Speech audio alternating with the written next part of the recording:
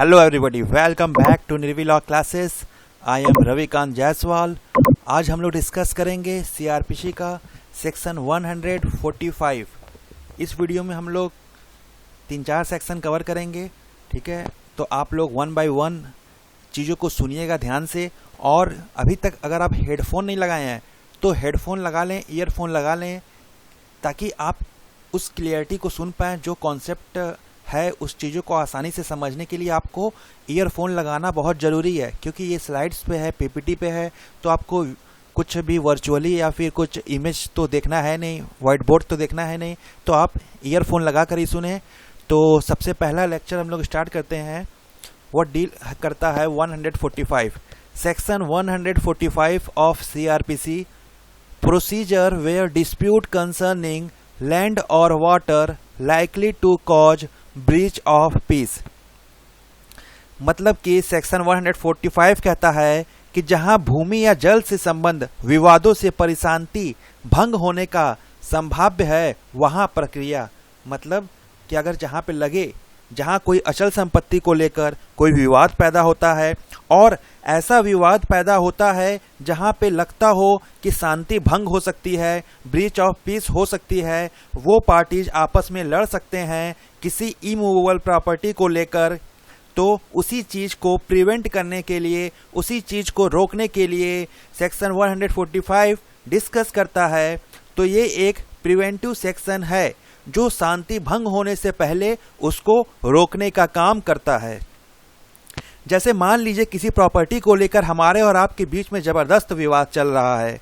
उस प्रॉपर्टी पर आए दिन आपके व हमारे लोग आते जाते रहते हैं, राइफल लेकर, असलहा लेकर, गोली चला देते हैं, आपके लोग भी हवाई फायरिंग कर देते हैं। लड़ाई नहीं हो रही है हम लोग के बीच, लेकिन दबदबा बनाने के लिए, भौकाल बनाने के लिए वहाँ पे क्या कर रहे हैं, सब लोग अपना जाके वहाँ पे शक्ति प्रदर्शन, हथियार प्रदर्शन करके ट्रेलर टाइट कर रहे हैं।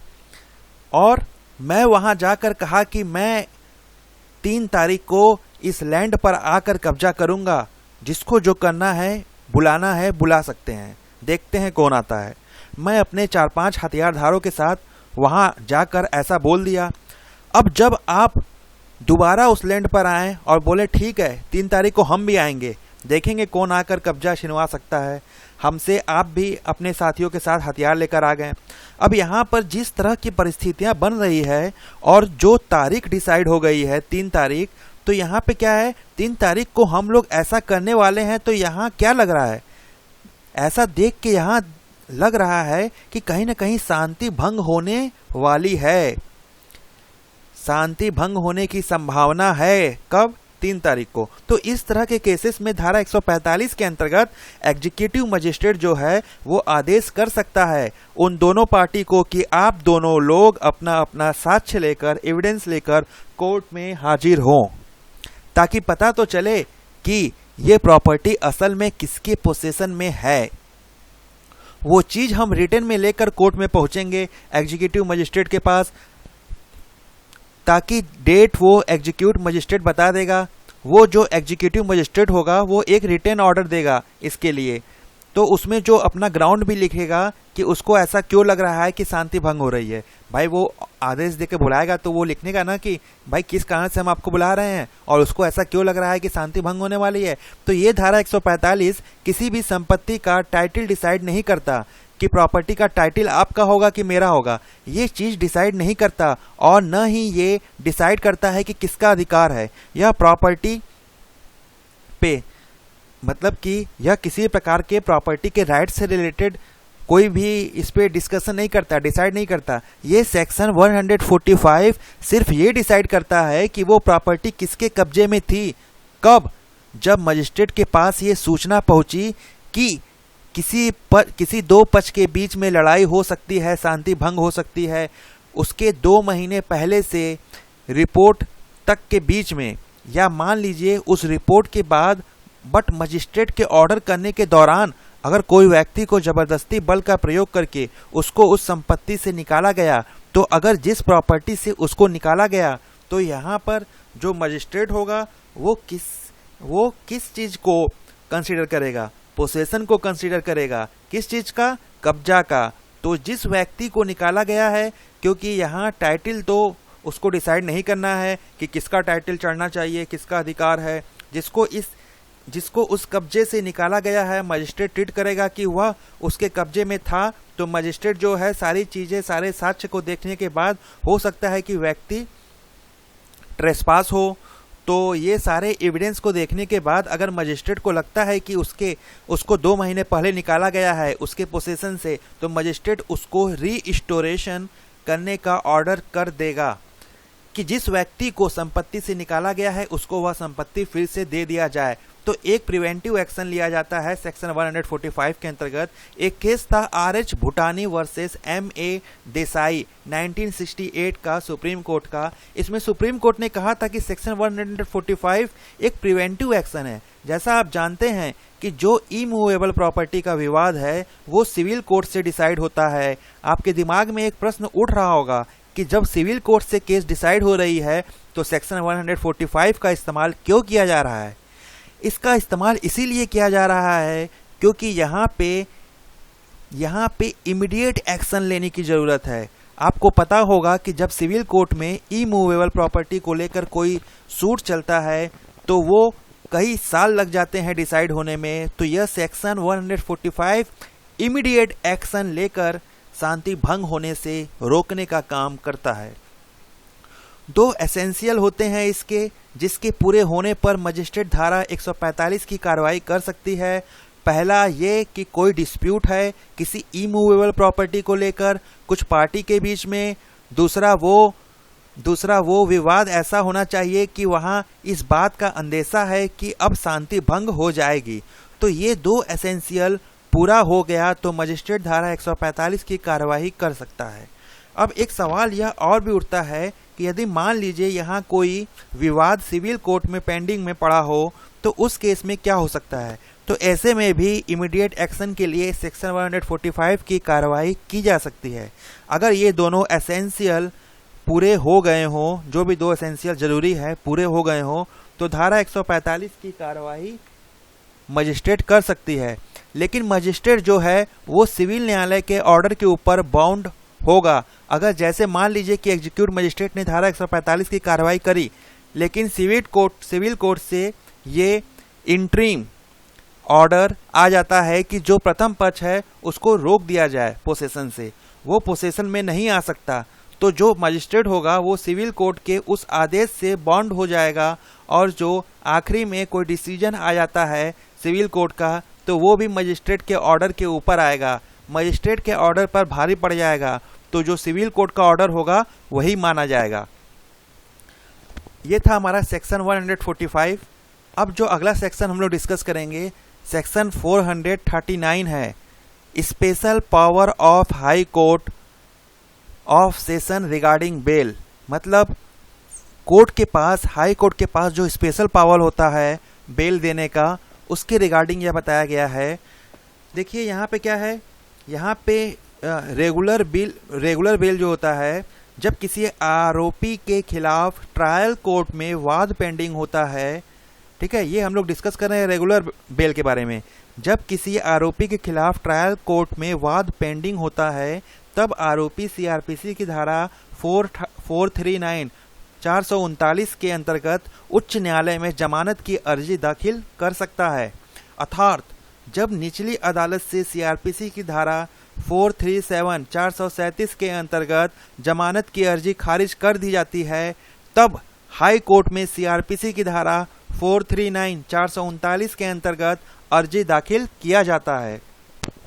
सेक्शन 439 हाई कोर्ट को स्पेशल पावर देता है बेल को ग्रांट या कैंसिल्ड करने का। हाई कोर्ट और कोर्ट ऑफ सेशन को यह पावर है कि जो एक्यूज कस्टडी में है उसको बेल दिया जाए या न दिया जाए। अगर किसी मजिस्ट्रेट ने आपको 437 के अंतर्गत छोड़ा है लेकिन उस पर बहुत ज़्यादा बेल बॉन्ड लगाया है तो उस बेल बॉन्ड अमाउंट के मॉडिफिकेशन के लिए भी आप 439 में कोर्ट ऑफ सेशन या हाई कोर्ट जा सकते हैं, तो कोर्ट उसको रिड्यूस कर सकता है। सेक्शन 439 439 में हम बेल को कैंसिल भी करने के लिए एप्लीकेशन दे सकते हैं। अगर हाई कोर्ट ने बेल दिया हो तो सेशन कोर्ट से उसको कैंसिल नहीं कराया जा सकता है, लेकिन अगर सेशन कोर्ट ने बेल दिया हो तो या तो आप सेशन कोर्ट से कैंसिल करवा सकते हैं, अगर सेशन कोर्ट नहीं सुनता है तो हाई कोर्ट से कैंसिल करवा सकते हैं, अगर बेल मजिस्ट्रेट ने दिया है तो सेशन कोर्ट या हाई कोर्ट से भी कैंसिल करा सकते हैं आप। इसमें जो और है, इसमें 439 के पहले प्रोविजो के बाद जो दूसरा प्रोविजो इसमें अलग से जोड़ा गया था, जिसमें यह प्रोविजो किया गया कि जब हाई कोर्ट या सेशन कोर्ट में ऐसा व्यक्ति बेल के मंजूरी के लिए जाता है जिसका ट्रायल आईपीसी के सेक्शन 376 के सब सेक्शन 3 या सेक्शन 376 के ए बी या सेक्शन 376 के डी ए या 376 डी बी के किसी अपराध पर होगा, किसी अपराध पर होना हो, तो ऐसे मामलों में कोर्ट बेल के एप्लीकेशन मिलने के 15 दिन के अंतर्गत पब्लिक प्रोसिक्यूटर को इस मामले की जानकारी का नोटिस भेजेगा। धारा 439 में सब सेक्शन 1 के बाद सब सेक्शन 2 जोड़ दिया गया, जिसमें यह प्रोविजन किया गया कि जिस समय आईपीसी की धारा 376 सब सेक्शन 3 या 376 ए बी या 376 डी ए या 376 डी बी के अधीन बेल एप्लीकेशन की सुनवाई हो रही हो, तो ऐसी सुनवाई के समय ऐसे अपराध की सूचना देने वाला या उसके द्वारा प्राधिकृत कोई व्यक्ति उपस्थित वहां पे रहेगा। तो ये था आपका सेक्शन 439। अगला सेक्शन है section 440, amount of bond and reduction thereof. देखिए इसमें यह बोला है कि अगर अपराध बहुत सीरियस नेचर का है तो आप उस पे बेल अमाउंट बहुत ज़्यादा लगा दें, ऐसा नहीं है। मतलब इसका मतलब यह नहीं है कि अगर कोई भी बहुत बड़ा क्राइम किया है तो उसके ऊपर आप जो बेल अमाउंट लगा रहे हैं बहुत ज़्यादा लगा दें। ऐसे में सर्कमस्टेंसेस देखा जाता है, ऐसे में उसकी परिस्थिति देखी जाएगी, उसकी फाइनेंशियल पोजीशन देखा जाएगा, ठीक है, स्टूडेंट है कि बिजनेसमैन है ये देखा जाएगा। अगर पुलिस या मजिस्ट्रेट ने एक्सेस अमाउंट बेल के लिए लगा दिया है तो सेशन या हाई कोर्ट डायरेक्ट इस अमाउंट को रिड्यूस कर सकते हैं। यही था आपका सेक्शन 440 में, जो उनके द्वारा लगाए गए बॉन्ड एग्जीक्यूट की मनमानापन को रोकता है। अगला सेक्शन डिस्कस करते हैं सेक्शन 207 ऑफ सीआरपीसी, जो डील करता है supply to the accused of copy of police report and other document. अभियुक्त को पुलिस रिपोर्ट या अन्य दस्तावेज की प्रतिलिपि देना। हम सब जानते हैं कि जो एक्यूज होता है उसको हम लोग सारे डॉक्यूमेंट देते हैं, जितने भी उसके काम की चीज़ होती है तो उसको क्या क्या चीज़ें दी जाती हैं, ये सारे इस सेक्शन में बताए गए हैं। और इस सेक्शन के तहत एक्यूज को वो सारे डॉक्यूमेंट लेने के अधिकार भी हैं। चलिए देखते हैं, किसी ऐसे मामले में जहां कार्यवाही पुलिस रिपोर्ट के आधार पर संस्थित की गई है, मजिस्ट्रेट निम्नलिखित में से प्रत्येक की एक प्रतिलिपि अभियुक्त एक्यूज्ड को अविलंब निशुल्क फ्री ऑफ कॉस्ट देगा।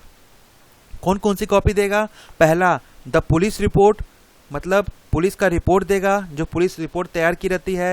एफआईआर देगा, एफआईआर का रिपोर्ट जो सेक्शन 154 में बताया गया है। धारा 161 की उपधारा 3 के अधीन अभिलेखित उन सभी व्यक्तियों के कथन जिसकी अपने साथियों के रूप में परीक्षा करने का अभियोजन का विचार है, उनमें से किसी ऐसे भाग को छोड़कर ऐसे छोड़ने के लिए निवेदन धारा 173 के उपधारा 6 के अधीन पुलिस अधिकारी द्वारा किया गया है। मतलब 173 का आप 173 का रिपोर्ट भी आप उसको देंगे अगर कुछ ऐसा है जो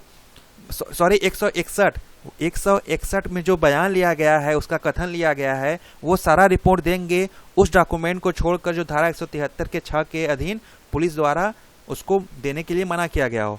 अब धारा जो इसका 164 के अधीन लेखबद्ध की गई स्वीकृति या कथन यदि कोई हो, धारा 164 के अंतर्गत कोई भी अगर इनका कोई एक्सेप्टेंस है किसी भी क्राइम को लेकर तो उसका स्टेटमेंट हो तो उसकी कॉपी भी उसको दी जाएगी। कोई अन्य दस्तावेज या उसका सुसंगत डॉक्यूमेंट हो जो धारा 173 की उपधारा 5 के अधीन पुलिस रिपोर्ट के साथ मजिस्ट्रेट को भेजी गई है। देखिए इसमें एक विशेष है, नोट है, अगर दस्तावेज काफ़ी अधिक नहीं है तो पुलिस रिपोर्ट के साथ सौंपे गए किसी भी दस्तावेज को रोक नहीं सकता।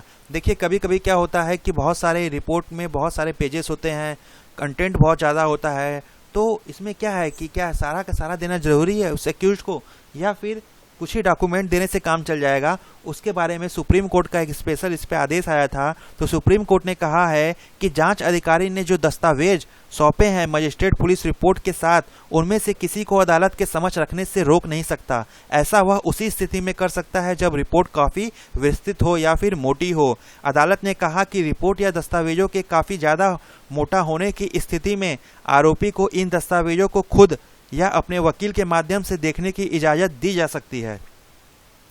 केस था पी गोपाल कृष्णन दिलीप बनाम केरल राज, मतलब पी गोपाल कृष्णन का एक केस था और दिलीप बनाम केरल राज का केस था। इस मामले में अपील पर सुनवाई के दौरान न्यायमूर्ति एम खान विलकर और दिनेश महेश्वरी की पीठ ने कहा, पीठ केरल के फिल्म अभिनेता दिलीप ने फरवरी 2017 में केरल की अभिनेत्री के खिलाफ यौन अपराध के मामले में विजुअल की कॉपी वापस करने की मांग की थी।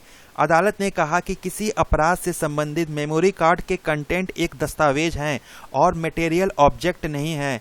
अपने फैसले में अदालत ने सीआरपीसी की धारा 207 के स्कोप पर गौर किया, जिसमें आरोपी की पुलिस रिपोर्ट की कॉपी और अन्य दस्तावेज देने के प्रावधानों का जिक्र है। इस स्तर पर धारा 207 के तहत मजिस्ट्रेट का काम प्रशासनिक कार्य इस तरह है जिसमें तहत उसको यह देखना होता है कि इस धारा के प्रावधानों का पालन किया गया है कि नहीं। पीठ ने कहा, जहां तक बयानों की बात है, प्रथम प्रावधान मजिस्ट्रेट को यह इजाज़त देता है कि क्लॉज 3 में कही गई किसी भी बात की जानकारी आरोपी को देने से रोक सकता है, अगर इसके बारे में धारा 173 की उपधारा 6 के तहत जांच अधिकारी ने इसके बारे में पर्याप्त कारण दिए हैं। जहां तक जांच अधिकारी द्वारा पुलिस रिपोर्ट सहित अन्य दस्तावेजों को पेश करने की बात है, मजिस्ट्रेट सिर्फ उन्हीं दस्तावेजों को पेश करने से रोक सकता है जिन्हें क्लॉज 5 के तहत उसके हिसाब से मोटा वॉल्यूमिनस बताया गया है। अदालत ने कहा, उस स्थिति में आरोपी को निजी रूप से या अदालत में उसकी पैरवी करने वाले अपने वकील की मदद से इसको देखने की इजाज़त दी जा सकती है। दूसरे शब्दों में सीआरपीसी की धारा 207 मजिस्ट्रेट को यह अधिकार नहीं देता कि वह किसी दस्तावेज को पेश किए जाने से रोके जिसे जांच अधिकारी ने पुलिस रिपोर्ट के साथ पेश किया है, बशर्ते वह काफ़ी वॉल्यूमिनस न हो, मतलब मोटा न हो। इसका मतलब यह हुआ कि इसके बावजूद कि जांच अधिकारी किसी दस्तावेज के बारे में नोट लिखा है, मजिस्ट्रेट ऐसा नहीं कर सकता क्योंकि वह सीआरपीसी की धारा 173 की उपधारा 6 के तहत ऐसा कर सकता है। वर्तमान मामले में यद्यपि अदालत ने कहा कि मेमोरी कार्ड कंटेंट को दस्तावेज माना जाना चाहिए, लेकिन उसने कहा कि अगर इसमें शिकायतकर्ता या गवाही की निजता, मतलब प्राइवेटाइजेशन का मामला जैसा कोई हो, तो अदालत का आरोपी को इसको देखने की अनुमति देना जायज़ है ताकि उसके वकील सुनवाई के दौरान प्रभावी बचाव कर सकें। तो ये था आपका सेक्शन 207। आज के वीडियो में इतना ही और आगे हम लोग और भी वीडियो डालेंगे। इसके अलावा आपसे एक क्वेश्चन है, अगर आपको लगता है कि किसी और स्पेशल कोई ऐसा टॉपिक है जिस पे आप अपना वीडियो चाहते हैं तो आप कमेंट बॉक्स में कमेंट कर दें ताकि हमें पता चल सके कि आप किस वीडियो